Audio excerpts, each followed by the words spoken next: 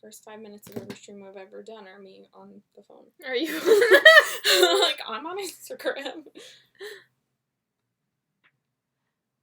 Let's see. This seems... Oh, yep, there it goes. I have to add your cosplay name as, like, one word. You do? I have to, so that way it's, like, easier to type.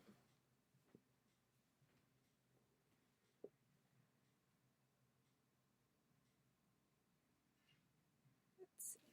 Okay, I'm gonna add this. Type.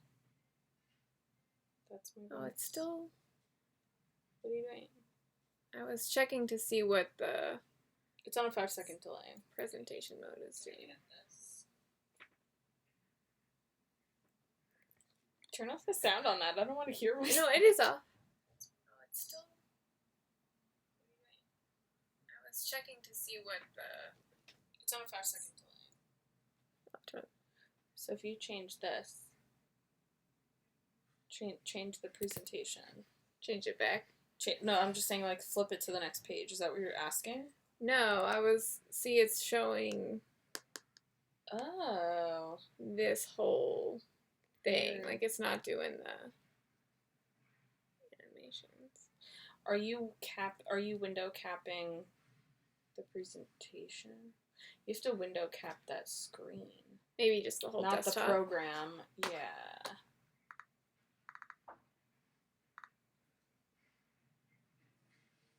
Slideshow. Or is that a different... No, that's not.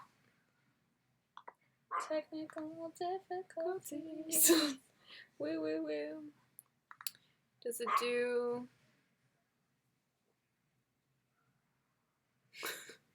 I don't know. This is your team. My computer. Your shit. I had it figured out and then I got all messed up. In the meantime, I'm gonna tell people to watch our technical difficulties. It's super exciting. I don't watching us yet.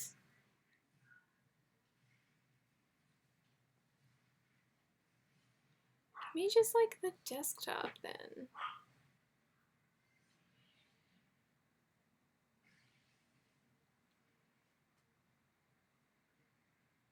Nope. Nope.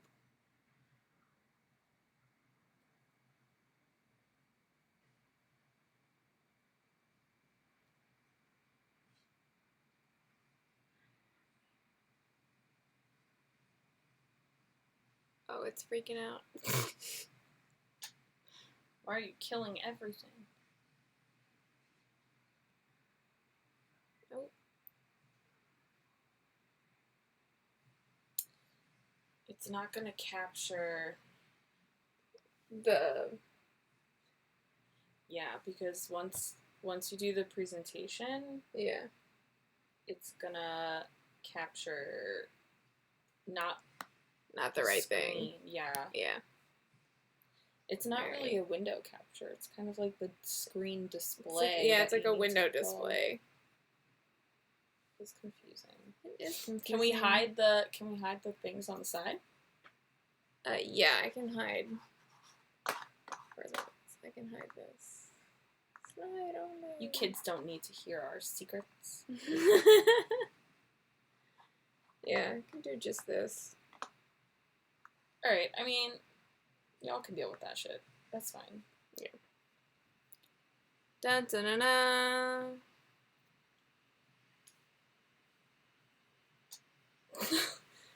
Covered our information. I did, but I also don't know where the mouse is. There it is. There it is. Multiple desktops is not my friend. Alright. No animations for you. I'm sorry. It's very sad because there's lots of glitter. There, And yeah. beautiful things. Oh wait, I only put it on Twitter. Put it everywhere. I also don't know who's watching because I can't see the screen. I'm gonna put an old selfie because I don't have time to dig for shit. Oh, put a picture of Thomas. Everyone stop talking. Okay. There we go. Look at this sexy picture of Thomas. Thomas. Thomas is not Okay. with us, but So, I think we've tweeted out that we're going to start our panel. So we usually do this panel for anyone who's watching. Do we need to adjust? I don't know. We're like, what is she doing? I'm in a chair, you're in a chair. It's a lot different. It's a lot different than when we're at conventions. Just in There's my humans apartment. in front of There's us. humans in front of us. So this is one of the panels, a little bit about what's happening. This is one of the panels that we present all of the time, a lot of the times, at conventions. Every time we do panels, this is the one that gets the most the doors people. closed. Last year we had max capacity and people got mad and I'm like, it's not my fault. Can't help it. They didn't put us in a room that was big enough. So this is a beginners panel that we do for anyone who's interested in cosplay, and we usually run the panel for about an hour and a half to 2 hours, depending on what we can get for time slots, and we cover everything from what is cosplay, how to make it, social media, setting up photo shoots. It's an all-encompassing brain dump for people who are beginners and want to just learn as much as they can about the subject all in one place. The difference is that for these live streaming panels that I wanted to do, it's a more in-depth look on all of the parts of this particular panel so that we can have a greater discussion, we can have a longer Q&A. We always run out of time. Even for like Q&A. 2 hours is like not enough time. Yeah, for everything that we try to cover, and as quickly as we do cover it. So this is sort of a solution for people who either can't come to East Coast panels or haven't been to one of our panels before or are just interested in things they want to see us talk about. We're going to start live streaming content like this, I would say like at least once a month. We're going to try and do it in between like our own gaming streams and crafting streams and all the stuff that we do. So this is the first time we're doing this, so that's why there's a little technical difficulty there at the beginning. Don't lie, there's going to be technical difficulties All every the time. Me, every time I'm setting up my Twitch, I'm like, what is going on? So we'll go ahead and jump right into it. We're going to do part of our presentation that we do at the conventions. There's not going to be any animations because I can't get them to work. So you'll just have to come see us live if you want to see all of the glitter and the sparkle. And Of the which arrows. there is a lot. There's a lot, Well, you they'll know. see the arrows. They Cosplay's just full won't of see sparkle. them. And then we'll just get to won't. see the arrows or the Batmans. But, you know, you guys probably have some imagination if you're interested in cosplay, I would say. So we're going to get started. This is Cosplay for Dummies, a beginning guide to all things cosplay. Starting with what is cosplay, how to make it, where to buy it, and how to modify it. That's what we're going to cover today. That's it. That's it. So, let's start right now. Whoops. Just kidding. Navigator. There we go. So, in case you don't know who we are, That's us. that's us right there. I'm Kaniko, your average nerd. This is my channel. Miss Marie Gray, she has her channel also. Although they might be on my channel because I'm hosting. Oh yeah, you are hosting me. So you could be coming from both places. Oh you're my God. from somewhere. You're from somewhere. We've got our social media there on the side. You can. I use Instagram and Twitter the most. I do use Instagram, but I feel like you use Twitter the most. I use Twitter a lot. Yeah. I check Instagram like twice a day, and on Twitter it's just open on my phone all the time. So you can find us on those social media networks. I've been cosplaying since 2009. Same. And I've gone to a ton of East Coast conventions, and I've gone to some West Coast conventions. I've gone to AX 2 years in a row. We've both gone to one California convention. I go to Axe. multiple times, and I go to BlizzCon. And you go Which is funny because our pictures there, I'm pretty sure you wore that to Axe last year. I did. And I wore that to BlizzCon last year. So, there you go. Hey. So, that's us, and, find us on the internet like you are right now. We're on the internet. Internet all the time. Can you really not? I guess not. Life is hard. So, we always like to start, huh? You have to. It has to. The navigator has to be terrible. Open. It is terrible. I always start with what is cosplay as the general opening thing, because some people come to our panels and they have no idea what it is, and I like to be extra basic. So we say at its most simple, it's short for costume play, as I would hope you could guess. And I define it as a performance art in which participants wear costumes and accessories to represent a specific character or idea.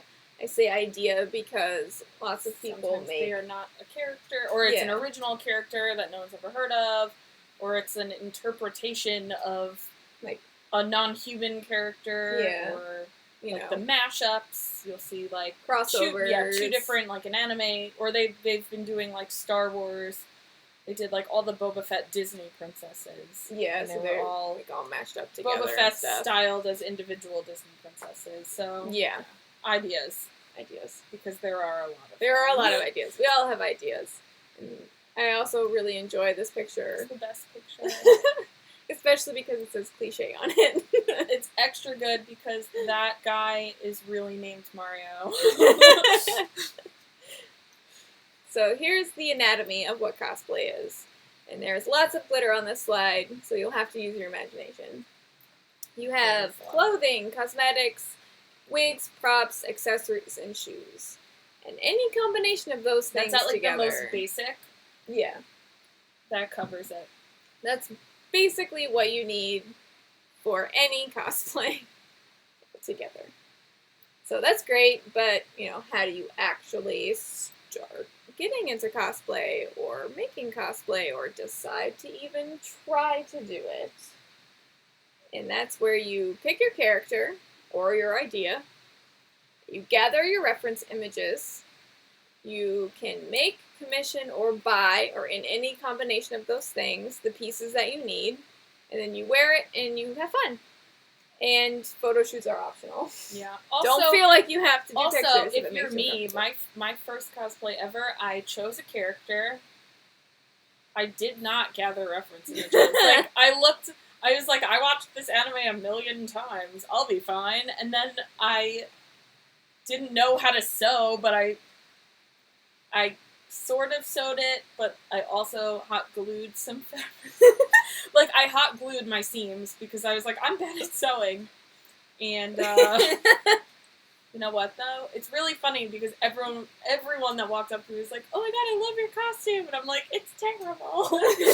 And now it's literally glued together. And now that it's been 8-9 years of working on costumes, I'm like, God, it was even worse than I thought it was back then. Now I know so much more, and it's so terrible. But the most important part of all of these steps is the last one.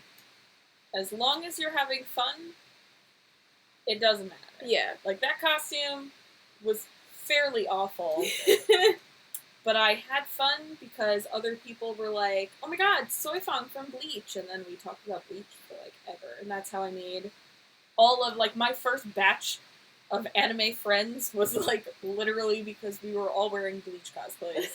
That's how you become friends with people. It's like an advertisement for things you like. Yeah, it's like, do you like this? Are you wearing it? Let's be friends. Yep.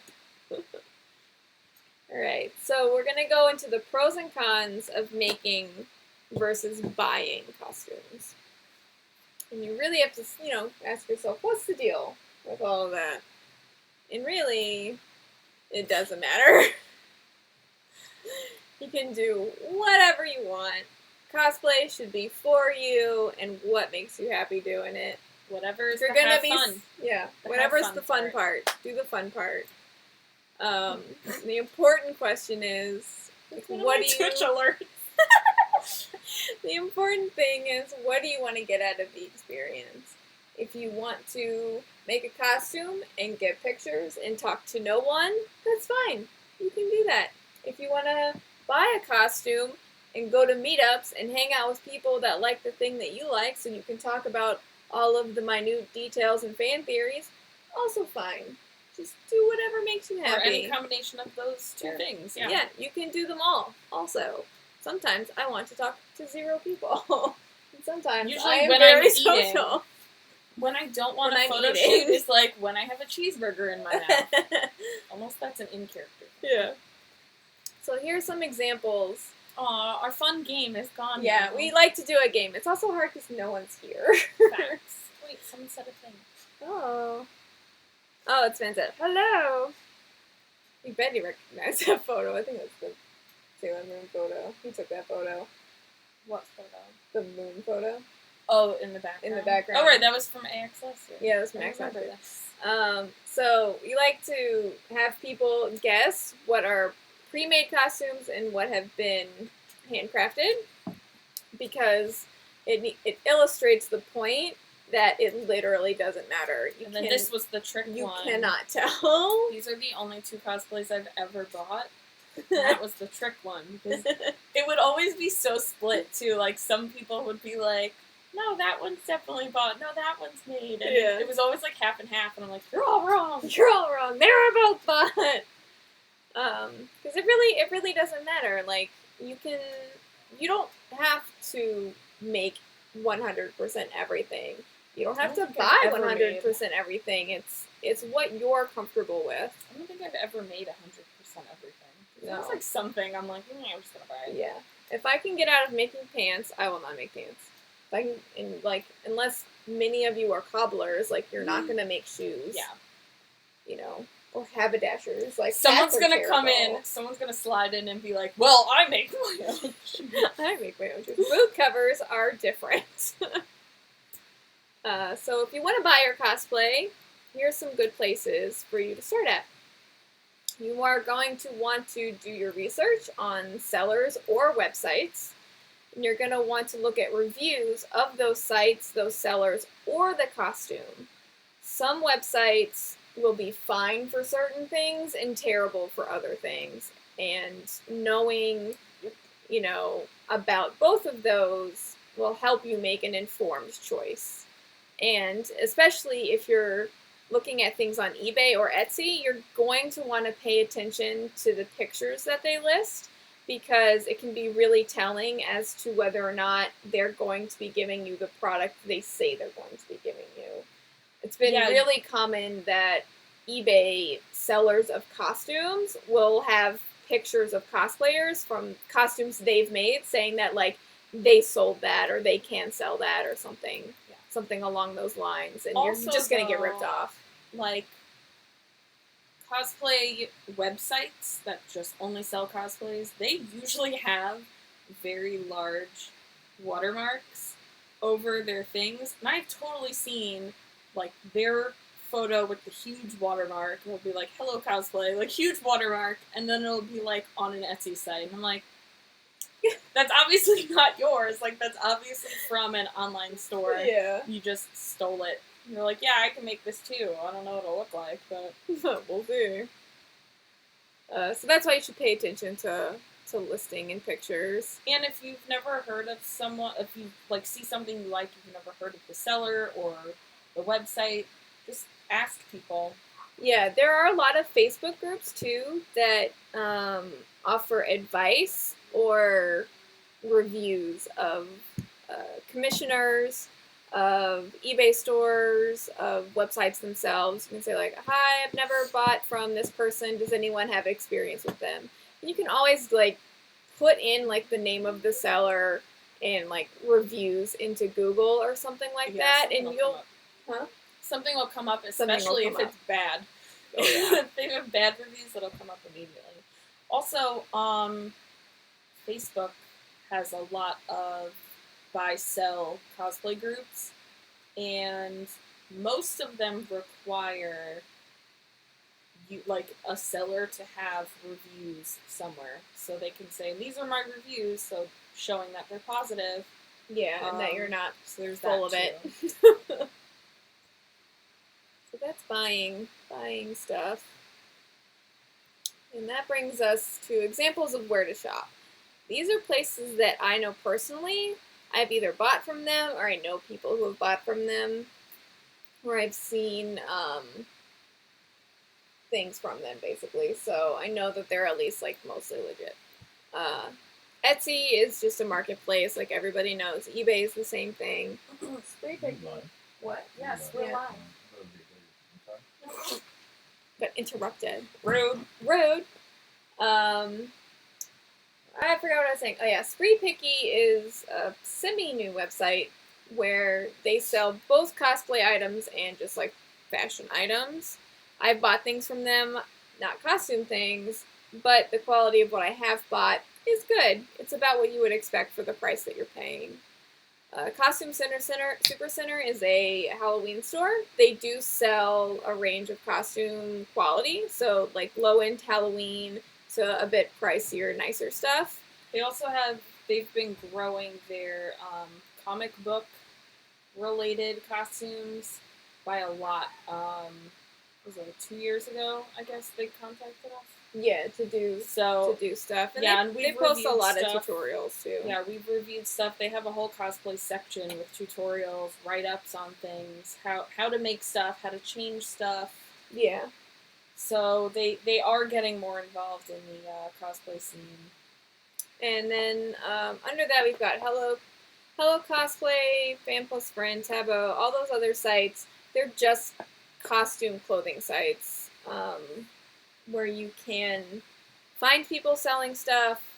Tabo is, if you're not familiar with it, is like Asian eBay basically. You need someone to work with you. You have to get an agent in order to buy stuff through them because they will only ship, I think, into China. China. So you have to like find a service to shop there. That's just an extra step in the process if you are planning to buy anything from them. And you pay a fee. And you pay a fee to that agency. So they basically, you give them links to the products you want. They tell you, okay, this is how much it is, and then you also pay a fee which covers shipping to the U.S. So they have it shipped to their warehouse, I guess, and then when they'll tell you, like, hey, we have your order, and then they ship it over to you. So it's a little bit of an extra cost, but everything on that website is so cheap that it's not gonna break the bank. Also, I know a lot of people will do, like my friends will be posting on Facebook to just get a big group of people. Because if you're shipping a bunch of stuff together, the fee ends up being less money. Yeah. So it's helpful that way. All the others, the people still search and use the cosplay.com forums to sell costumes or supplies that they don't want anymore. It's just the same as like any other Facebook group. But it's still fairly active. We should add Facebook to this list. There's a lot of buy-sell Facebook groups. There are. Sometimes it's for people who will make things to your sizing. Sometimes it's just people trying to offload costumes that they have that they don't want anymore, taking up space. Yeah. So let's talk about commissions now, since we're going in that direction. Look at that accidental segue. So, commissions, for anyone who isn't familiar, is when you ask someone to make something specifically for you. It's not mass-produced. It is usually like a one-off small run. People will make, a bunch of props or something like that. But the point is it's not mass-produced. This can be a seamstress, another cosplayer who has been making stuff for years, so they know how to draft patterns and things, or it can be a prop maker. There are a lot of people who take prop commissions now too. And the cost of a commission is reflective of the time, effort, and skill level of the item that you're getting. At least that's how it should be. Some commissioners are not great. And there are reviews for them. Some commissioners are also great and don't charge what they should be charging. But typically, it means that it can be really expensive because you're paying for materials, time, and skill level. And those three things can cost you a pretty penny. And how it works is you see someone who makes great stuff and they take commissions. You send them a message, and you say, "Oh, I would like you to make me this bleach costume, and I would like it by October." And then they'll be like, "What is it, 2009?" So you'll tell them what and when you want something, and then they will come back at you with how much it will cost. You both agree to the terms, and then generally you will send your measurements and a payment. It depends on the commissioner. Some people want everything up front, some people want everything when you're done, and some people will do half and half. Whenever I take accessory commissions, because that's really the one thing I ever have time for, I do half and half. So I will ask for the cost of materials up front, and then labor and shipping will be when I'm done. And that works out for me pretty good. Well, that protects you too, because Yeah. I've definitely had people, I bought the supplies and then they don't want it, so I'm like, all right, well, I just made this costume, but now I can sell a costume, and I didn't lose money on the materials that I had to buy. The materials aren't coming out of your pocket, basically. So then, once the item is made, you finish your final transaction. If you still owe money, then they ship it to you, and then you can do whatever you want with it. Yay! You have a costume. I'm just hanging up in your closet and looking at it. You can do that too. That's not to wear. It's just to look at. It's so pretty. Oh, also, if you don't know if a cosplayer takes commissions, message them anyway. If they don't, they will give you their list of like 10 friends that do. Yeah. Because that is what I do now that I don't take them anymore. Yeah. I'm like, what are you looking for? I'll give you the person that's perfect for that. Yeah, the things I've only ever taken commissions for wigs and accessories, because like that's what I have time management for. But even that's really hard to get time for nowadays. But let's say that you want to make your cosplay, and how and where are you going to do that? And the truth is, it's a very lengthy process. It's awesome that you want to do it, but it takes a long time. So here's mostly what it takes from my experience. A lot of reference images, if you want to do it correctly. A lot of patterns and tutorials, because they're everywhere on the internet now. Yeah, now that they're on there, go and get them. Go get those tutorials. They weren't there, 7 years ago. Yeah. They're there everywhere now. They're everywhere now. Thanks, Patreon. Basically. And then you're going to want your sewing, your prop, and your wig supplies. You're going to want a lot of time, probably. Like, the better plan. More time than you think you're going to Way more time, yeah. Give yourself a lot of time, especially if it's your first costume. And then you're going to want a dedicated place to make your gigantic mess. And then you're going to want some crying and some more crying. Because it's not cosplay unless you bleed and cry on it. Basically. And this is my murder stick, by the way. This picture is the inside. I know, it looks like I killed a Muppet. It's a wig that I gradient dyed in my shower because I didn't want the runoff, and I'm in a New York City apartment. There's no way that would fit anywhere else. So that is my murder stick, and I still have it somewhere. It's permanently dyed red. Also, if you're like, well, I don't know how to sew, that's cool, because I didn't know how to sew, and then I just did. You just buy a crappy sewing machine. I think I bought the one that was $60 at Joann's. Yeah, it's super manual, everything. You had to click everything. Yeah. That was my first sewing machine ever. And the way I learned was I read the instructions on how to thread it, and then I just kind of messed around with it until it made sense to me, and that's just how I learned. So you don't need to come into cosplay having a great knowledge, crap ton of skills. You learn things on the way, and you'll never stop learning. There's always a new product to try. Yep. A new method to do this, that, and the other thing. You'll never stop. So yeah, it's a constant learning process. You'll never know what you're doing. But you will need to find supplies, and here are some places that you can find supplies. You can find them on Amazon and eBay. Amazon actually sells a lot of things that they used to not sell. I've bought fabric for cosplays on Amazon. My Riku that I made like earlier this year, the pleather that I got for her was off of eBay for like $6. That was amazing. Oh, yeah, And that orange. It was perfect. It was such a specific orange, and I found it on freaking Amazon. Who knew? And then you're going to want craft or art stores, because you're going to need paints and brushes and all that kind of stuff. You can always search your area if you're not sure what you have available to you. Usually keywording like hobby or art store will give you whatever is available to you. Fabric stores is the same way, although there's lots and lots more fabric suppliers that are having their own online store. So you can, buy spandex or leather or any other type of fabric online now. So Fabric.com.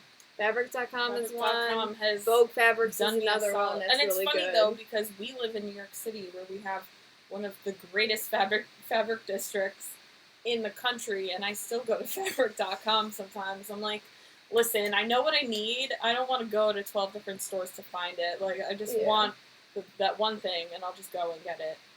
But it's, being able to go to a store is nice too, so you can like touch and feel what you want, or if you're not sure what a fabric is called, like describe what you're looking for, someone can help you find it too. So that's a good resource from like someone who works in a fabric store.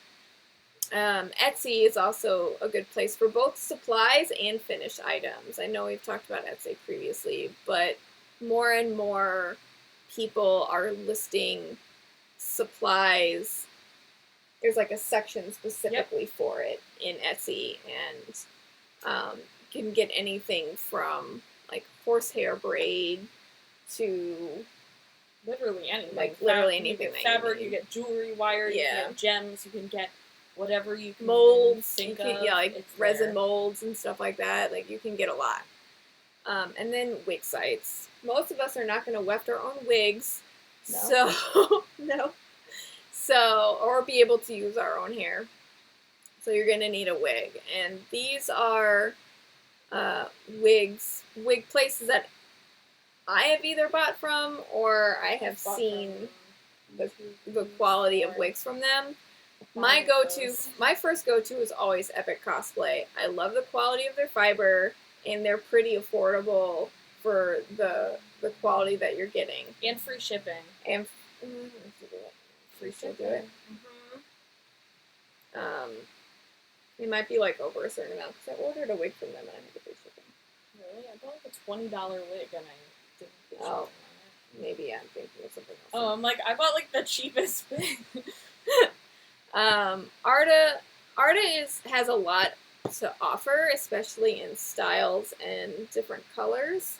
Their fiber is really hit or miss for me, because it depends on A, the wig, and B, the color, because not everything is offered across their whole line. Some of their wigs are going to be pretty full too, so that makes them more expensive.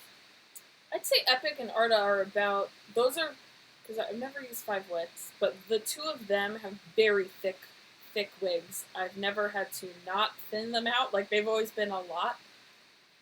But Arta's wigs tend to tangle, and Epic's don't tangle, especially like really long ones. Yeah, Epic has a silky fiber in almost all of their wigs. Arta just discontinued their silky fibers. Yeah. So they had a good thing going, and then they canceled them. So. And then five wits is good. Rockstar Wigs, which is also known as Cosplay USA and Gothic Elite, it's all under one company. They have wigs that are very specific. They're pricey though, and they can be pricey. They're really nice, especially if you get. I've never gotten any of their straight ones. Like I always get the ones with their really big, like wavy kind of curls. My Black Canary wig is from there actually. Mm-hmm. Their wigs are not like overly thick. They're like perfect. Yeah, I wish every wig was just full enough to be like it looks like actual hair, but it's not like heavy and oh my god, there's too much. Yeah.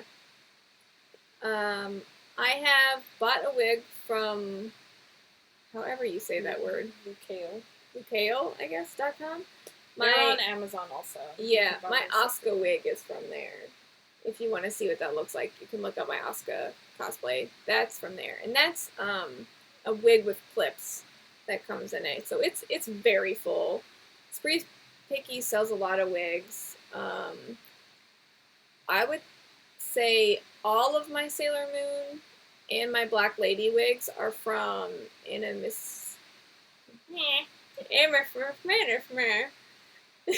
I could try and say that word, but I already butchered it, so I'm not gonna. It's from there. You know what I'm saying. And then I've never bought wigs from Wiggis Fashion. You said you have? I have. So I have a really big head, which you could probably see. Wiggis Fashion is an Asian company. So if you have a big head, I'm going to tell you to get Arda or Epic. They have bigger wig caps. Wiggis Fashion has really small wig caps. And I'd say the wigs are a little less full than Rockstar wigs. They are very cheap, though, especially if you need a lace front. If you have a tiny head and you need a lace front, you can get a really nice lace front wig from them for like $60. Whereas Arda, I think, is like $80. Yeah. And then Epic now has lace fronts, but it's under like Pish Posh.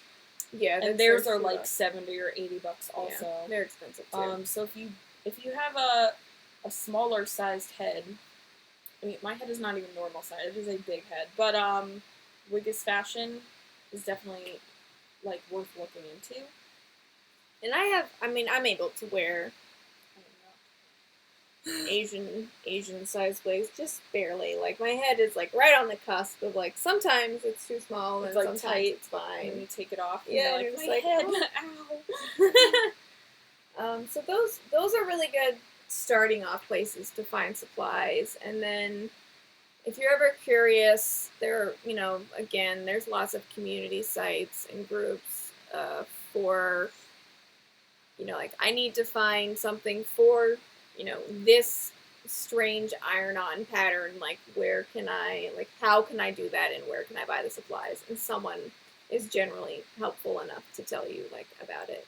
So the next thing that we like to do is talk about sort of the costume creation process for a few of the costumes that we've made. And a lot of that has to deal with looking at reference images and then what you want to do with that reference image. So when Thor 2 came out, like forever ago, it's been a while now. Oh, we gotta re-wear that soon. I know. Wear that to Ragnarok. I should. I wanted to do a group of Victorian-inspired Avengers. So I got, me and a couple of friends together for New York Comic Con, and we made costumes based on the Avengers and historical patterns for the dresses, of which Timeless Trends is where you go for those things. They're amazing, and you can, buy them on Amazon or directly from their website. So I took a bunch of images of Thor in his regalia, and I decided what parts I wanted to emulate and how I wanted to translate that A to a female and B into more of a historical aspect. And it's really how much creativity you want to do when you're coming up with that, and what made you happy for that costume. And I really liked how this costume came out. It was a lot of fun to wear, and it was a good learning experience because Victorian outfits are very structured. Not comfortable at all. And then this is Tiny Tina from Borderlands 2, and I'm hoping she's in Borderlands 3. So on the top is the concept art before the game ever came out, and on the bottom is a 3D model rip from the game. Obviously, concept art is 2D, so when it hits 3D, it's going to be a little bit different, but there's also some design choices where they change things around.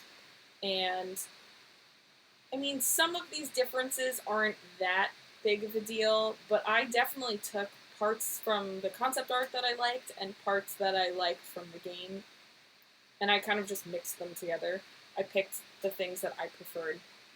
So, originally, I had made her little pink apron with the bunny. I made it rounded like the game, and it looked super weird on me. Like, I just didn't like it. The bunny fit strangely on it. Like, when I mapped it out, I just didn't like it. So I was like, you know what? It's square in this picture. I'm just gonna make it a square, and if someone tells me it's wrong, I'm gonna show them that. But yeah, so her sleeve is also different. In the video game art, in the concept art, she's got like a different color on the top, and they took that out completely in the game. So I just kind of went back and forth and switched to decide what I wanted. Literally, not a single person told me anything was wrong, because for once, people were nice to me. My biggest pet peeve is like, make sure she wears 2 different shoes. Make sure that you're wearing the correct shoe on the correct foot. That's sometimes I see them switched, and I'm like, did you even look at the picture? It's okay. Sometimes I see Ava cosplayers with their clips upside down, and I'm like, no. Like, let me fix it. I'm like, I gotta fix it. But yeah, so it's what you want to do with it. A lot of times, I mean, with something like this is a digitally created thing, but a lot of times when it comes to movies and TV and like live action things, the dress that someone wears, they actually make like 4 of them. Yeah. And they're not all the same, so sometimes you have to like pick and choose which aspects of things like you want. They're supposed to be the same, but there's always like the pattern is off here, and so you kind of have to pick and choose. What you want to do, which is fine. And that brings me to this freaking outfit. So people who watch Game of Thrones know that their costuming is ridiculous, and on top of that, season 2. Fourth dress Daenerys is extra ridiculous because in every single picture I found of her, the color of that dress is different. But lighting.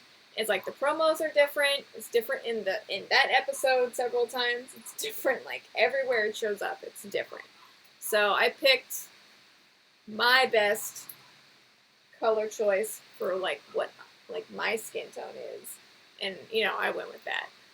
And I hand painted the fabric and all that stuff. So it doesn't matter necessarily. Like, you don't have to kill yourself over accuracy, although I definitely will try. Because I'm OCD like that. I like torturing myself. I like to torture myself.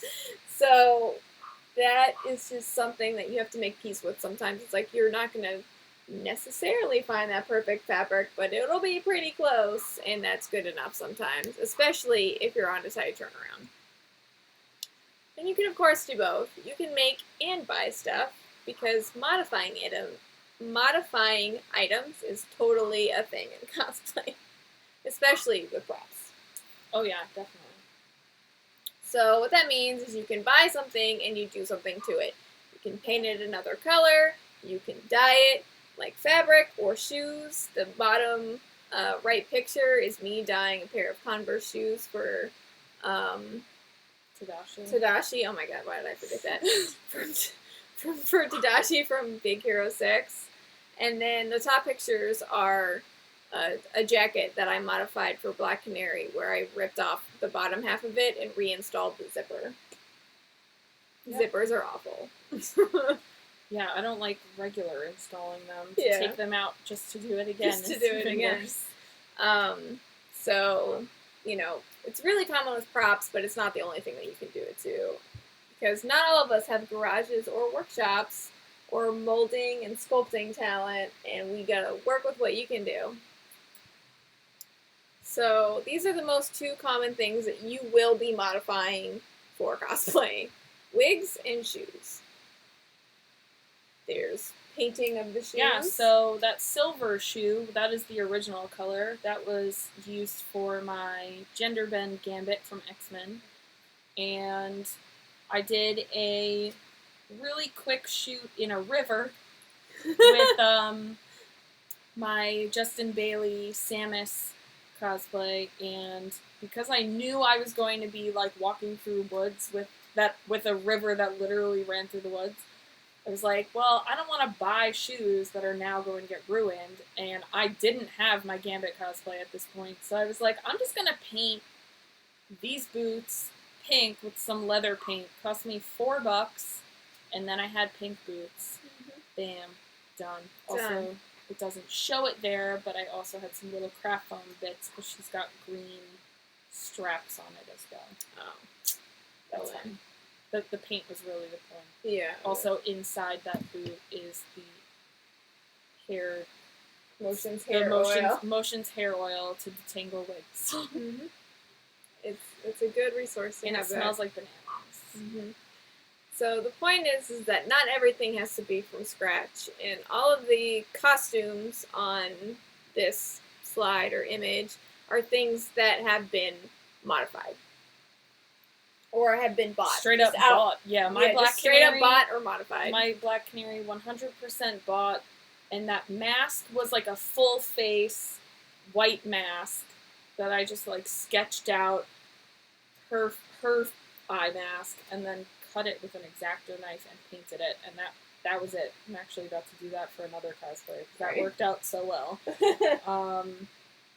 My little sister on the top. I just realized both of my Bioshock outfits were just like fixed up things. My little sister on the top right was a 1950s housewife costume from Costume Supercenter, and I tore it up. I added a little apron. I like redid the cuffs and the collar because it was like lacy, weird, like crappy Halloween costume quality. And then I just put a bunch of really liquidy, like watered down black and brown paint everywhere to make it dirty. And then, and then the Bioshock, my Splicer dress was this really nice white cotton dress with lace, and my mom was like, this dress is so pretty, and I was like, wait till you see what I do with it. And I tore it up, and I threw blood all over it. And I'm like, it's perfect. And awkwardly enough, that bunny mask, like, that was just a weird papier-mâché bunny mask that I found, and I just put the gold details on it. I did virtually nothing to that mask. Creepy things like that just exist. Yes, they do. It is creepy. So then I'll just go left to right. The Sailor Moon that I did here, everything was bought except the accessories. I made those, and I didn't make the prop, but I did modify the vest. I bought patches and what do you call them? Rivets? Studs. And I added them to the back of the jacket. And the Poison Ivy there in the middle is almost all bought except for the top, which I made. And I repurposed the wig because it's the wig I use for Batwoman. So it's a lace front with a part that can go however I want it to go. So that was very useful. And then the bottom right picture of Princess Celestia is a modified Greek goddess costume that I basically took all apart and I added new trim on it, and I made an underbust corset for it and a big, very easy to make poofy train as like her tail. It's just like a huge organza train. And I have some tutorials on all that stuff too, actually. So things do not always have to be from scratch. And you can really just do like whatever you want, whatever makes you happy. I like that this whole page is like badass women, and then you're like little princess. She's a badass. Yeah, but she looks so like dainty, she's very, and everyone else looks like they'll knife you in an alley, and then you're just like, I'm so cute. I'm so cute. I'm so pastel. I am so pastel. It's oh my not God, my real hair. That looks like her real hair, but that's a wig. But that's a wig. That's a wig. That's before my hair was this color. Now I could probably use it if I wanted to. So that is everything we wanted to cover as far as like slide content goes. And now we like to do a Q&A section for people who have questions on how to solve problems. We have a list of common questions. And we have a list of common questions to go through until someone like wants to pipe in with a live Q&A question. So I guess we'll just go ahead and start with, because we're going to run out of time here kind of soon. Try not to go forever. What does running out of time mean? We have all the time in the world. Yeah, but like I want to eat dinner at some point, so. You don't need to eat. Do you want me to pull up that Facebook for me? I've got it over here. I just need to find my mouse, which is over there. Now it's over here. Great. Yeah. Oh. So, some of the most common questions that people tend to ask are about sewing machines and changing needles and fabrics. So, the basics of like what you need to know for those things is like you don't have to have a fancy sewing machine to start your first costume. My first sewing machine came off of Craigslist for like $50, and it still works to this day. And I have it as a backup machine now. Oh, that's the one I use. That's the one that you use. It's like over it's in that very corner. Old. It is super old. It has Very like old. a turned out crank. I still don't understand how to put the bobbin in because it's sideways and not like top. Yeah, it's down. a Like, little I can't weird, do it. but it got the job done. It does all the stitches that you need to Yeah, do. it still works. It's good. And it works. I used it when my sewing machine broke. Yeah. It did a good job. It did a good job. Sometimes old stuff is better than new stuff. It tends to be.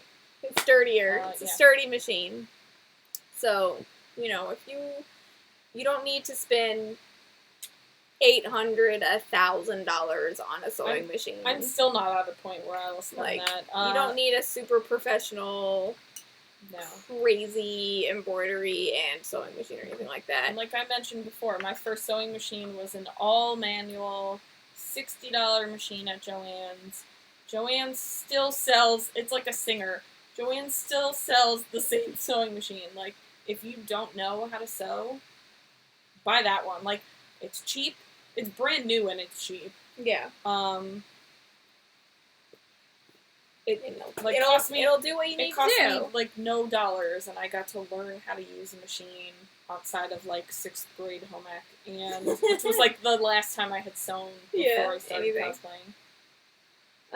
So that's a good place to start. Is just getting a machine that can do like the basic sewing with you. If you do want to spend some money on something that is a little nicer, I like the machine. We both have the same machine, right? The Brother SE400. I would even go to the machine I had before that one, which was the Brother CS6000i. There you go. It is always on sale on Amazon for like $100 to $120, which is cheaper than the one we have now. But the one we have now I got for I think $205. That one is also often on sale. I got it on sale. Too. Yes, it's like a $500 machine, but it's always on sale for around $200. And does the one that you had before, does that embroider stuff too? It does have a lot of like designer stitches, so it has like the embroidery like long stitch. Yeah. But not where you can like put in an embroidery file. So that's the difference then. Yeah. Between the two. So talking about machines and fancy stitches, there are different needles for different types of fabric, and you should not be here for this. Universal needle for everything. And basically, I mean, you can look up the type of fabric that you're using and the type of needle that you need to use. You probably really shouldn't sew leather with a spandex. Like, there are certain... There are certain needles for leather. If you use a ballpoint, which is what you're supposed to use on spandex, if you even try to use that on leather, you will get nowhere. Like, you won't even be able to go through the leather. It'll just jam your thing. It'll just jam everything forever. Because a spandex needle is literally a ballpoint. It's not sharp. So, because you don't want to poke holes in spandex like that.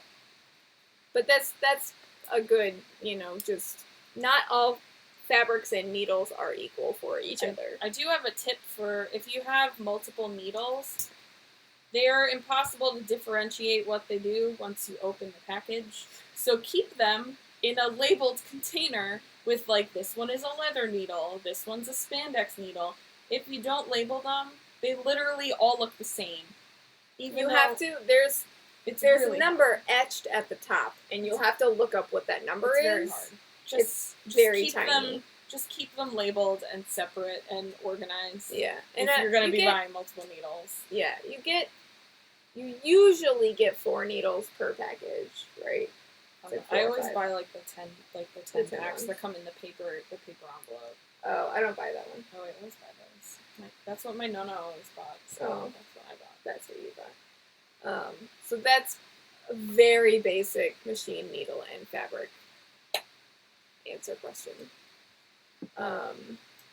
We talked about it a little bit before, but another really common question is where you buy fabric from, and reference the earlier, but basically online or fabric districts in your area, or Joann's if you only have a Joann's in your area. We don't even have a Joann's. Don't. Which is so funny because sometimes I'm like, man, I wish we had a Joann's. Joann's. Joann's That'd be would great. Someone has asked, when should you hand sew versus machine sewing versus gluing? Never hand sew. Sometimes you have to hand sew. Hand sew's terrible. Hand I know. sewing I hate is hard to get things right, but sometimes you need to do it, and that is tight corners.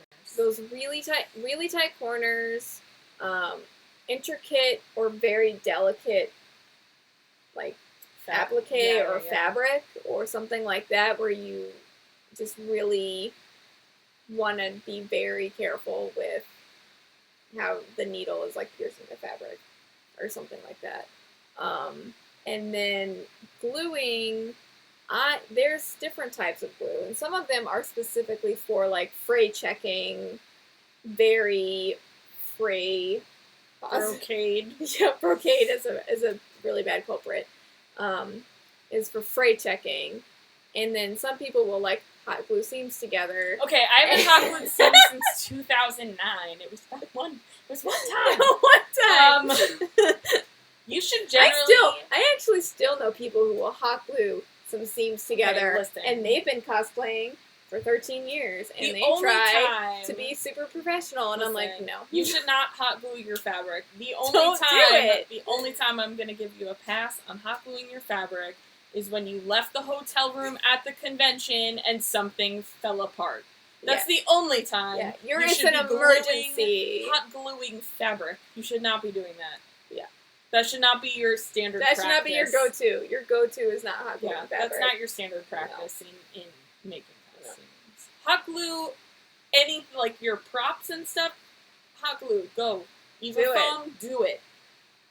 Don't hot glue your fabric. You need to put some hot glue in a wig to get that bun to stick? Do it. Oh, definitely. Especially when you stub. Yeah. When you stub that wig, hot glue it. Yeah. Do it. But, don't hot glue fabric. Just... Don't do it.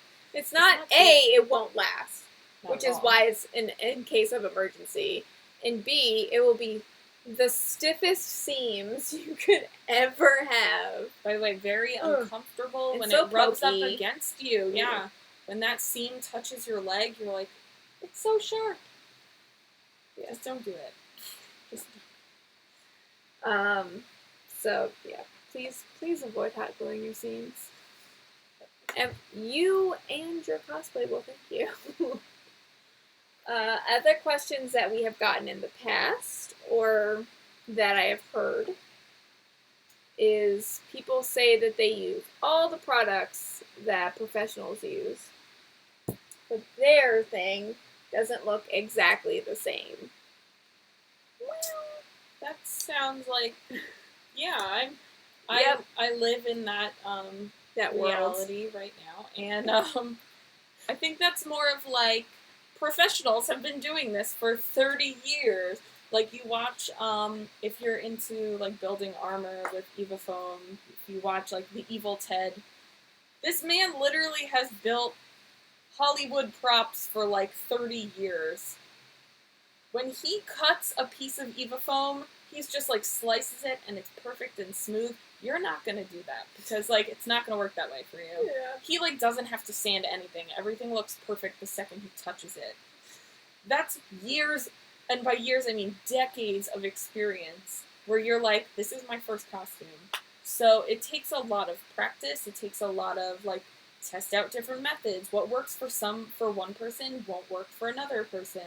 It's one of those things like you just need to continuously practice and then you'll get better and better. That's how professionals got to the point that they're at, is they work and they do whatever they're doing as much as they can because they care about it and it's their passion. Yeah, they used to also suck. There was a time where the evil Ted probably wasn't that great. And now he's awesome. Now he's like the premier guy to go to.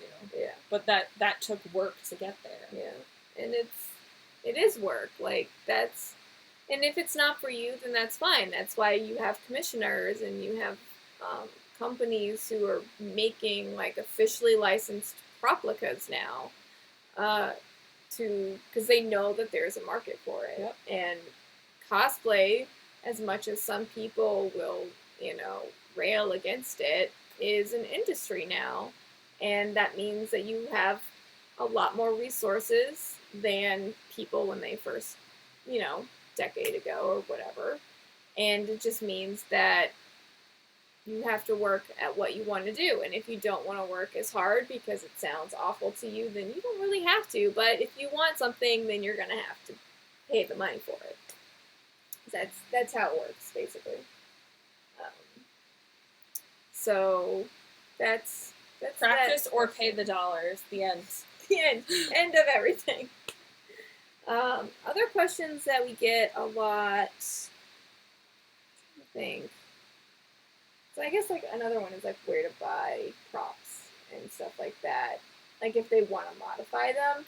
Water guns are a huge source. Yes, actually. I wish I should give you a picture. That's a good idea. So, if anyone's played Borderlands has like the dumbest looking guns. They're all weird. They're painted strangely. They have like weird spikes coming out of them. So. I did a bunny suit version of Nisha in Borderlands 2, and she's a sheriff. She's got this little, like, revolver, but it has, like, a little bayonet on the bottom of it. But it's not a musket, like, not a long gun. It's, like, a tiny little gun with a weird little bayonet, like, knifey stab thing on it. And I actually commissioned a friend to modify a water gun into that gun. And it looked awesome. I gotta send you a picture of it. It's amazing. Like, I have it displayed because it's great. But it's a water gun, and she just took some craft foam and some Boardla and made the little bayonet is all Boardla. And she just made it very cohesive looking. So it looks exactly like the gun. And then I have my,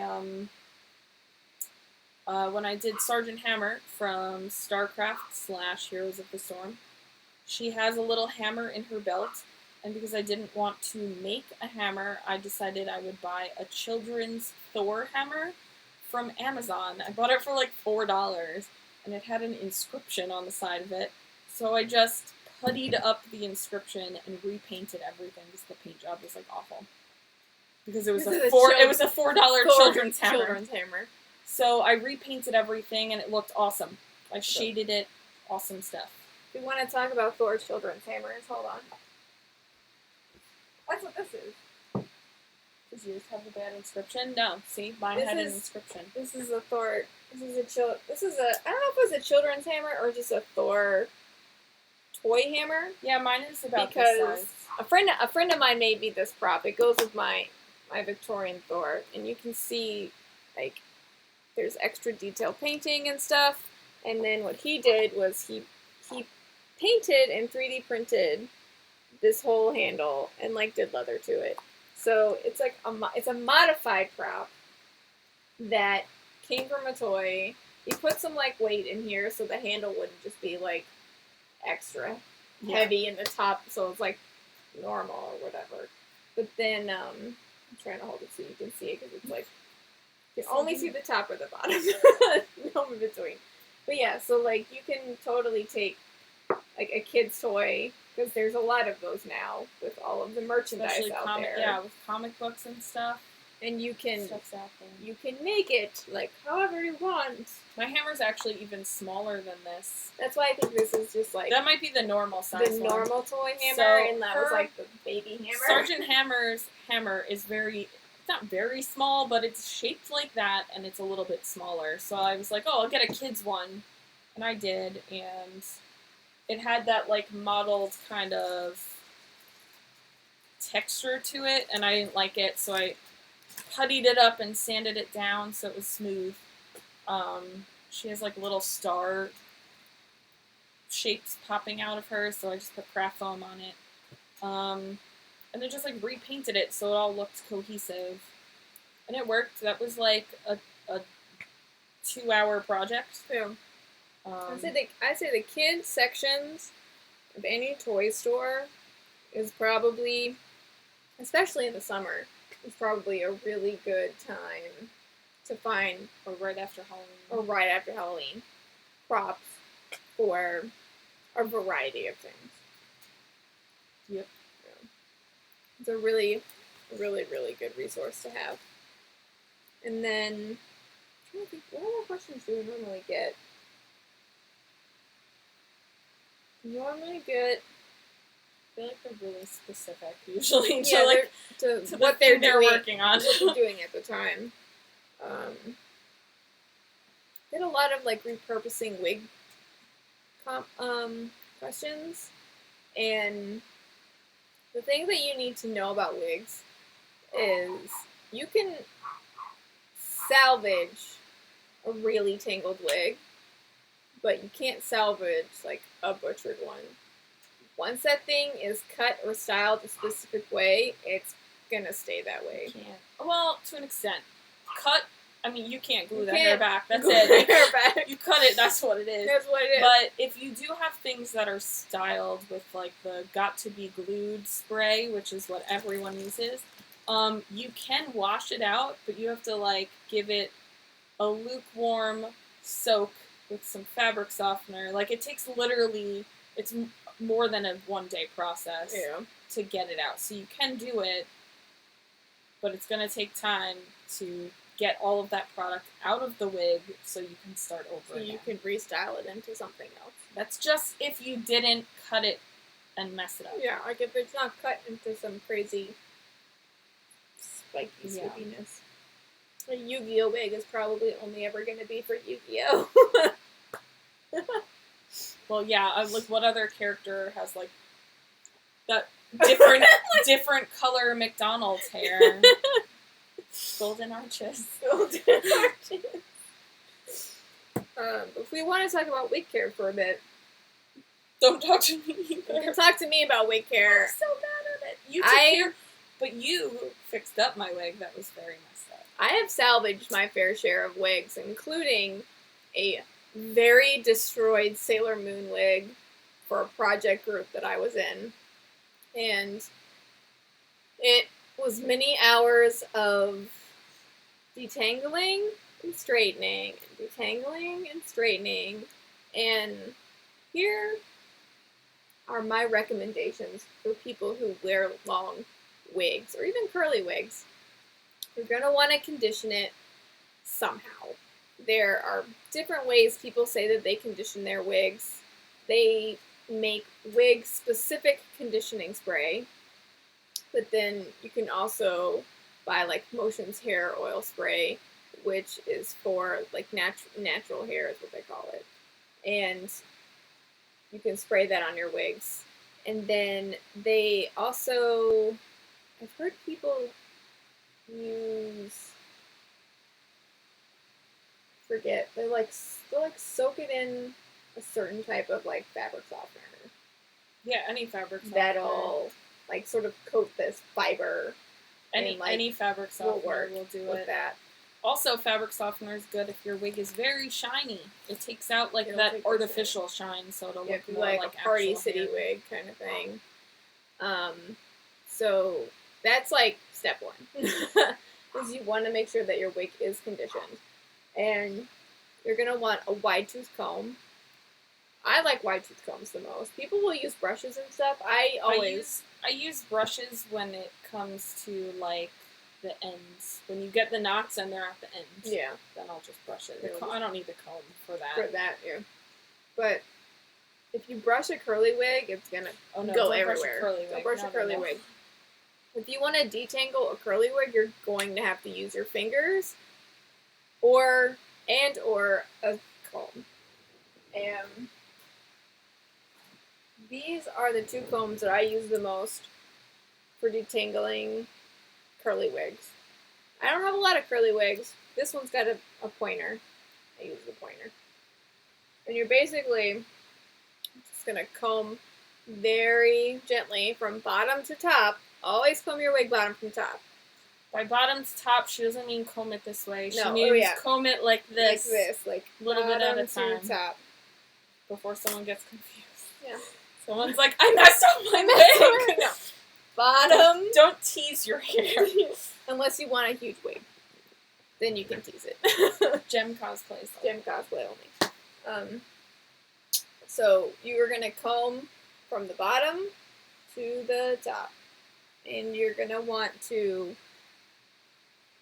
Most curls in a wig, they're going to probably be heat resistant, at least to a low temperature. Most wigs will say whether or not they are even heat resistant at all. And that means that you can use like a hair dryer, a hair straightener, and sometimes like a hot water curling method on them. And what you're going to want to do with those is like keep them on a low setting and test a small like inconspicuous piece of the wig before you go like full on to styling something. Test it at the end of the wig, not like at the base of it. Yeah, because and you'll know immediately if that wig is not heat resistant because the plastic fibers will shrivel and be like also smell terrible. Yeah, I know. It'll be a bad time for everybody. Everyone involved. And if you do need to straighten a wig, put it on the absolute lowest setting you possibly can because it takes so little heat to straighten a wig. Like if you put it at even heat resistant wigs, if you put it at a high temperature, they will melt. Yeah, it's a wig. Wigs are plastic. Like there's no way around that.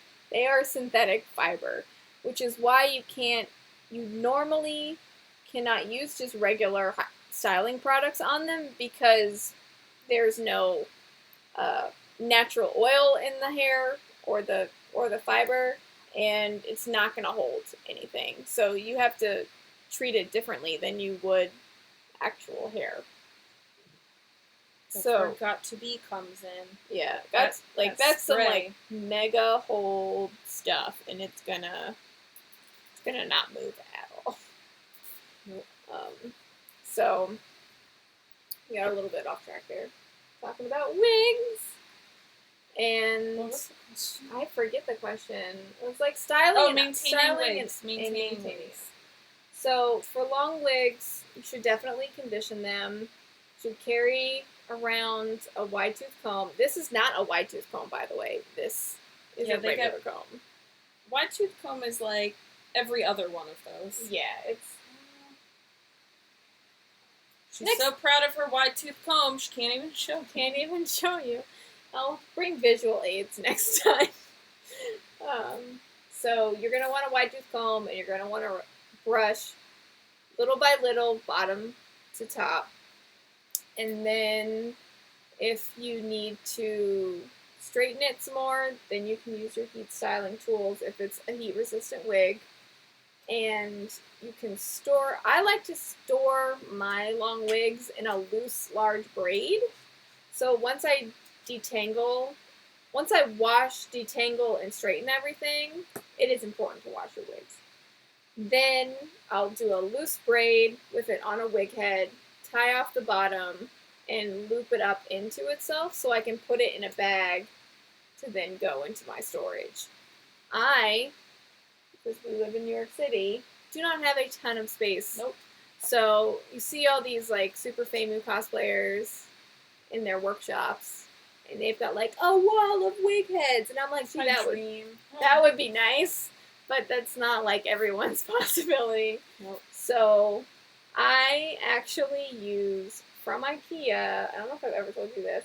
I use the shoe drawers. Yes, you did show me. Okay, I showed you. I saw it. I think it was like the first day I installed them. I was so proud.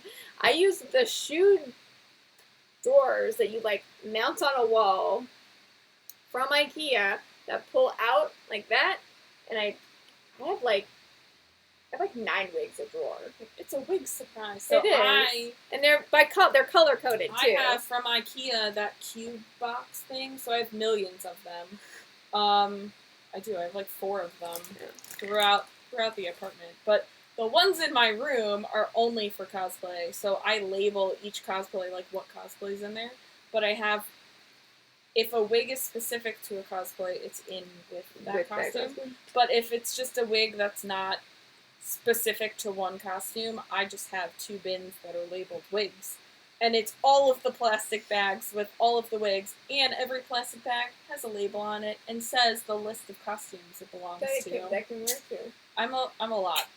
So those are not organized in any way because they're literally just thrown in. But if I'm looking for something, I don't have to open the bag to figure out which wig is this. Like, it tells me which characters are on it. So that's helpful too. And then I keep my cosplay similarly. I have underbed storage, and I have a list on top of like what is in all of that and whose wigs are in there and stuff. And it's the best organization that I've been able to come up with so far, being in a cramped, non-house situation. It's worked out so far, I would say. So that's how I store my wigs. I mentioned it a second ago, it's important to wash your wigs, especially if you are in like a summer convention and you've been sweating all day. That wig is gonna smell nasty, and you can toss it off and go home with it later. Like, you don't have to immediately wash it, but you are gonna want to wash it before you store it forever again, or the next before time you wear it the next time. Before- Yeah, because you'll take it out and you'll be like, like it'll be like super gross. So how I wash my wigs is with baby shampoo. The Johnson & Johnson. Johnson one. & Johnson. The clear one. No, I use the lavender one. Oh, I can't do the chemical thing. You I use the fragrance-free clear one. Clear one. But yeah, I use same difference. Baby shampoo. It'll be really gentle on the fiber and everything, and it'll smell great and not like terrible convention hair. Like old sweat from your head. last year's convention. Oh, gross. So gross. Good for baby, good for wig. Yes. Perfect. And then they actually make these things on Amazon now. They're wig hooks that you can just like loop over your shower, and you can like hook the wig onto it so it can like drip dry into the shower and not like into the floor. I wish I was single and lived alone where that could be a thing I could do. It would be like, what is this? I should get some, because right now, like, my shower door has like the knobs on it, right? Mm-hmm. So I'll close like the inside door and put like the wig on the knob, so like the cap faces out into the bathroom, and it just looks like a sucker, like a monster, like colorful sucker is gonna like monster attack you from the shower. It scared the shit out of Peach. She was like, "Oh my god!" No, I usually let them drip dry over. We have those French door, but they're windows. Yeah. I hang them on that with a towel over the radiator, so it just drips on a towel. It's gonna take like at least a couple hours for your wig to dry. A day. Yeah, I usually would do it like at night, and then if I had work the next day, like by the time I get home from work, it's good to go. Like, you're not gonna be able to wear that wig for about a day. You're gonna have to want to like shake it at out. an absolute minimum. So don't wash it the day before you need it. Wash it like 4 days before you need it. Because you're going to want to, like, brush it and do, like, another upkeep styling on it. Otherwise, who knows what it'll look like. Garbage, probably. Maybe. Well, if you're like, no, this is fine, immediately after, it's mostly dry. It's mostly fine. So that's really like wig upkeep and wig storage. Oh, we're gonna talk about favorite supplies for a second. You don't have any of this. You don't have any of my favorite supply because No, you used most of. Well, I I did. used most of it for your stuff. You did. I bought that, but No, not craft foam. no. Warbler. Black Warbler. Black Warbler is the best. This is Sobel. You still need to buy this. You can buy this on Amazon. Manhattan Wardrobe Supply sells this now. Is it more or less money than The Amazon? same. It's It's like 11 or 12 bucks. Yeah. And it's 29 inches and 10 yards. Like, it's a lot. Keep and bag away from children. Your kids. So this is Sobel tracing paper. And I use this to pattern basically everything now. And instead of, I use a lot of simplicity patterns and things like that too, and I always end up doing modifications to them. And this is more durable than garbage newsprint commercial patterns. You ever accidentally step on a commercial pattern and then you're like, and it's ripped and now Yeah, it's just like you just like look at it and it's like rip, and you're like, no. It is pretty terrible. Yeah, it's really bad. So I like super recommend. I think these are just scraps that I have, and I keep my scraps like everywhere. Cosplayer problems. They're big enough that you could use. Well, maybe not that one, No, but not the this one. other ones were But big enough. I just wanted to like pull a piece out. So like it's pretty see through, and you can see like paper through it and everything. So what you do with this is, I always put this under my pattern. Like, I've got my fabric, and then this, and then my pattern. And then I trace what I want the pattern to be, like the right size, and then I just cut, and then I take off the commercial pattern, pin this, and then cut that out. And then I have both my fabric and a pattern leave behind of like what I need. And the other good thing about this is you can treat it as a muslin. So if you're making a shirt that you don't know like how you want it to be, or like I make a lot of corsets because I hate myself and I'm not sure like if it's right, you can use this as both your pattern and your muslin, or your mock-up really. Also use it as interfacing. And you can use this as interfacing. It's not paper at all. No, it's a fiber. Like it kind of feels like a dryer sheet after you've used it. I would say it's thicker. It's before you. Thicker, but like before you. This is like a bouncy. Before you use it, it's sticky. Yeah. So I meant sticky. it's not sticky. I meant like the texture of it is similar. It's to, similar that's to what I was, that. Yeah. That's what I meant. Yeah. But it's durable. Like you can't exactly easily rip a fabric sheet.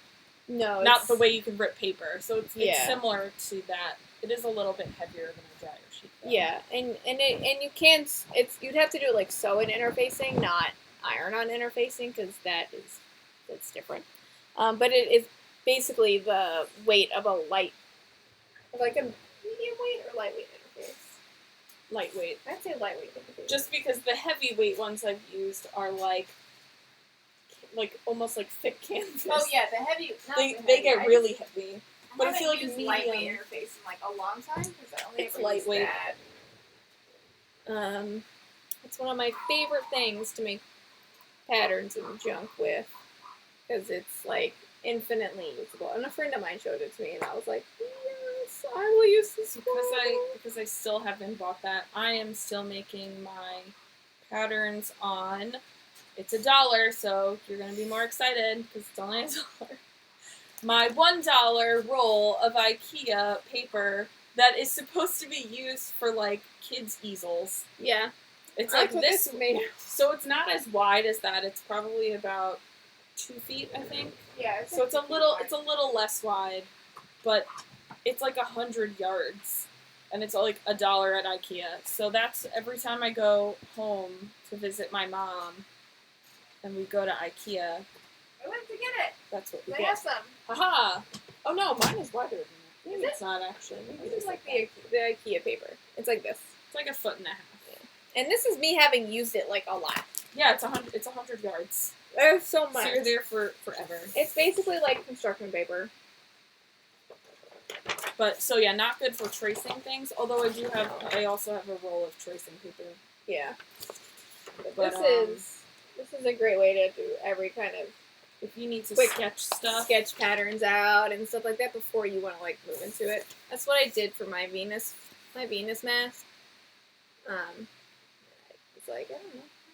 This looks like a right thing, and then I made did it. you color it first to decide if you needed it? Yeah. Like, do I like this? And I was like, is this a good shape? I don't know, maybe.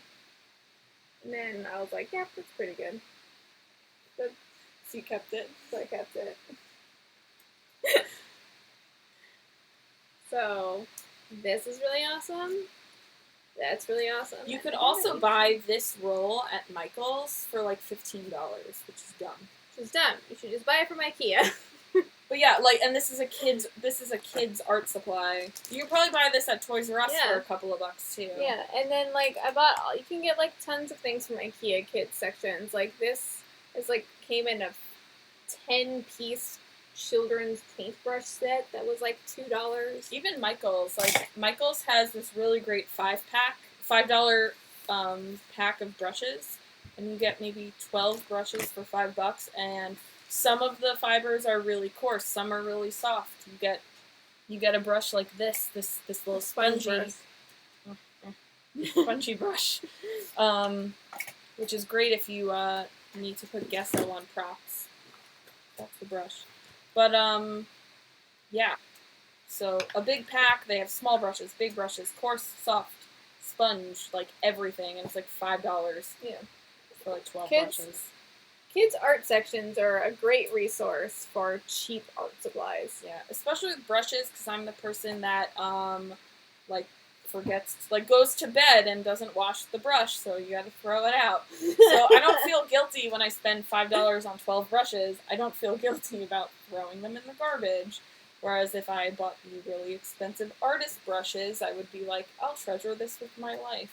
I'd probably never use them because I'd be afraid. No, you gotta have like special cleaner and stuff. Yeah, it's too much for me. The other thing that I really like using when I'm making my patterns is the carbon copy paper, which you can get a lot of places. I don't know if you use this stuff. Do you use this stuff? I use it because I do the tracing thing a lot. So I trace on. Trace what onto what? This onto my fabric. So like, oh. I won't cut my patterns. Like, I won't cut my commercial patterns. So what I will. I won't cut my commercial patterns because it's hard. I feel like it's hard to store them. So I'll use this to trace my pattern line, and then cut that out. And it's just like, what do you call it?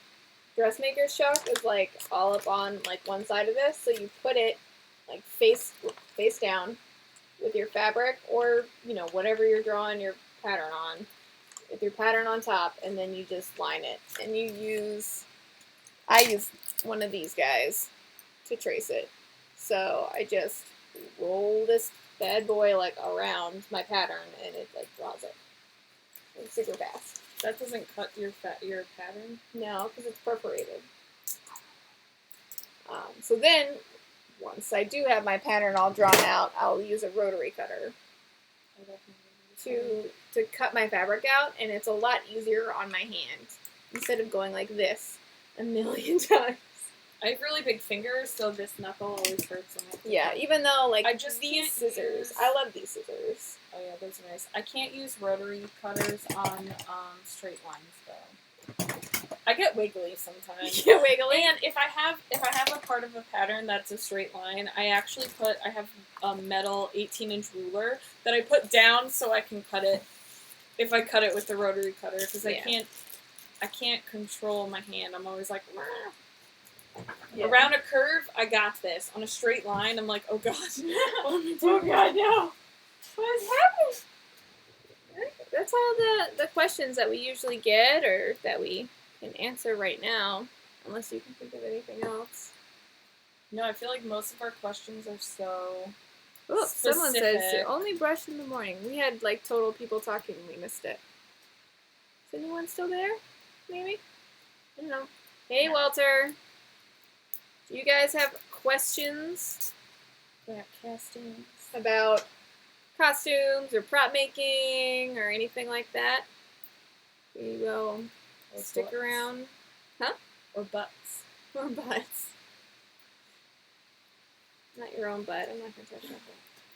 Rude. Questions. I wish it was like a timestamp. What do you mean? Like on the comment.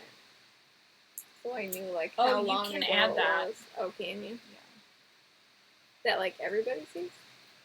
Yeah. I don't know how to Twitch. I'll show you.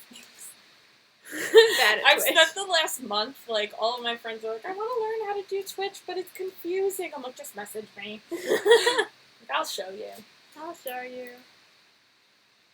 Yeah, it's in your chat settings, but yeah, you can. Never make anything from scratch if you can help it. That is very true, Walter. Factual. That is absolutely true. We were talking about places to find base props that you can alter and modify. Yay! And then I'm not sure what Mr. Pink is talking about. I literally just bought my friend's old costume that she started taking apart because she wanted to fix it, and then she was like, no, I don't. So she sold it. She was like, I'm looking to sell it for like next to nothing because I just took out all of the hems are gone, which are okay because I'm taller than her, so I might have to hem it at a smaller part anyway. But she was like, this is messed up, and I undid this, and I'm like, that's fine. I'm probably gonna have to like take it in somewhere or like change the slit. I'm probably gonna have to change the slit. My legs are way too long. I don't have that problem. I am the shortness. I'm like mostly legs. You are mostly legs. That's true. Legs.jpg. Yeah, so it was a costume I wanted to make, and then she ended up just being like, I'm gonna sell this. She moved cross country. So I was like, yeah, I'll buy it. She goes, do you want the wig that I never made either? So now I'm getting a base wig and extra wefts so I can make the wig. And I'm like, hell yeah, add it all in there. I'm like, yeah, I'll take it all. Give it all to me, thank you. Yeah, I'm sure I'm gonna end up. We're obviously not the exact same size, so I'm going to have to alter something, take something in, or like she did warn me she has very skinny wrists, so I'm probably gonna have to redo the bracelets because I do have skinny wrists, but probably not as skinny as hers. That skinny. I have skinny wrists in comparison to how big my hands are. Oh, so gotcha. Not that skinny. But yeah. So that's that. I'm sorry I didn't know what you were talking about. I guess you're talking about wigs? What is the question? I don't know what the question was. Something, maybe it was when we were talking about wigs. About brushing in the morning. Oh, like the morning of wearing it? Oh. I mean, I usually brush my wig when I put it on. Yeah. Just because once I put it on, I'm like... It's going to be like all over the place. Rattiness to it, like instantly. Things are gonna go everywhere. Yeah. And the biggest problem I have with wigs is the back nape. Yep. Is gonna get the most matted that you're gonna just hate it, and it's gonna take some tender care to get it out, but you can totally get it out. Just don't keep knotting it up. That'll only make it worse. Or ignore it. Ignoring it will make it worse too. Eventually you'll be like, I'll just cut it out, which is things I've done. That's also a thing too. Don't lend wigs to people. I don't care how much you like them, just tell them no. You're like, That was why you had to fix my wig. I Oh. lent it to someone, and then they gave it back to me, and I was like, thank you for this rat's nest. I gave you a brand new, out-of-the-bag wig, and you ruined it. And you ruined it. Ugh. Terrible. Yeah. I have had to salvage many a like, wig. Do your best to not lend things to people. Unless they're going to give you money for them. Right? Like put up a security deposit Yeah, on collateral. all of my cosplay stuff, please. I'll take some collateral. Alright, Yeah. we ran out of questions. I think that's good. I Yeah. mean, if you guys ever have other questions, you could message either of us on Facebook, Twitter, Instagram, whatever. Yeah. Yeah, I am most active on Instagram and Twitter. I've started a free Patreon that I'll be posting content onto as well, so you can access tutorials and things there. I am very annoyed at Facebook reach, so I'm gonna see if this works any better. Yeah, I started doing one also. I haven't put it live yet though. Probably next week. We shall see. I started one a really long time ago because I was like, I'm gonna make a free one, and then they're like, you have to have a $1 pledge, and I'm like, that's dumb. But now you can have public posts. Before you couldn't have public posts. Oh. So I still have my thing in the edit mode. Yeah, in the pre-publish mode. So now that I know you can just have a completely free thing, you still have to offer a $1 thing, but you can follow people. You couldn't follow people before. Yeah. So now you can follow people. You can't see a follower count, though. You can only see a pledge count. So you might feel like you're talking to an empty room, but people can still, as long as you have a Patreon account, people can still like and comment on your public posts, even if they're not pledging. Yeah, Facebook really sucks, and then Instagram is owned by Facebook, so that's it's on the apps starting also. to suck. My Twitter life, though. Yeah. Twitter fan stays with me always. Yeah. So let's say one more final note because Walter mentioned it. He's a friend of mine. He helped make my staff for my mythical Princess Serenity, and it's a good point. He says that if you have 2 cents, if you're stuck on where to go with a prop, you can always find someone who's either made it before or makes props and can give you a fresh perspective. I would say that goes equally as well for sewing and wigs and other things that you're making too. Chances are someone has had to solve the same problem that you were trying to solve, and they might have either solved it better or give you a better idea of how to solve it for your purposes. Plus, it's super rare that no one has ever cosplayed whatever you're thinking of. So sometimes it's good to just look at other cosplayers, look at their costume, and then you're like, oh, that's how I should do it. Sometimes you can't tell with a picture. Yeah. Reach out to them. Yeah. Shoot them a message. The worst thing that happens is they don't answer you, and then you're in the same place you were before you messaged them. So, does not hurt to ask. It does not. So, on that note, we're gonna sign off. This has been our first, I would say, pretty good little live stream panel. So. We got through a lot of content, and like we mentioned, we are available for any questions you might have. You can always just tweet at us or something, and we're happy to help with what we've known, what problems we've had to deal with and stuff like that. So we'll go back to our own regularly scheduled streaming sessions, but then we're going to do another one of these next month. So if you follow us on our social media, you'll find out all the times that we're streaming. Also next month, we're doing these live. I can't believe that's live. Oh my god, I can't believe it's in a month. If you guys are in New York, we'll be at Liberty City Anime Con, running 5 panels on Saturday. 5 or 6? 5. 5 panels on Saturday. All day. All day panels. Come hang out. That's what we did last year too. We did. It got deliriously funny. It was pretty good. And it was great that we kept having a bunch of people. Yeah, we had the same people. Want to hang out with us. It was pretty fun. So And we do Convention buddies. convention buddies, and I like to bring in like little giveaways and stuff too for people who come to our Yeah, panels. we always now, have stickers. so. I always talk about bringing snacks, and then I never do. But I like Maybe forget. this time we will. It's because I forget. Yeah. Like, I'll remember. We'll remember. Liberty City, I'll remember. Yeah. Plus, we're in Times Square, and we're like right next to the M&M store. So if I forget, Go to the M&M store is a block away. I can just go there. Yeah. All right. So bye, guys. See you later. See us for now. See us for now.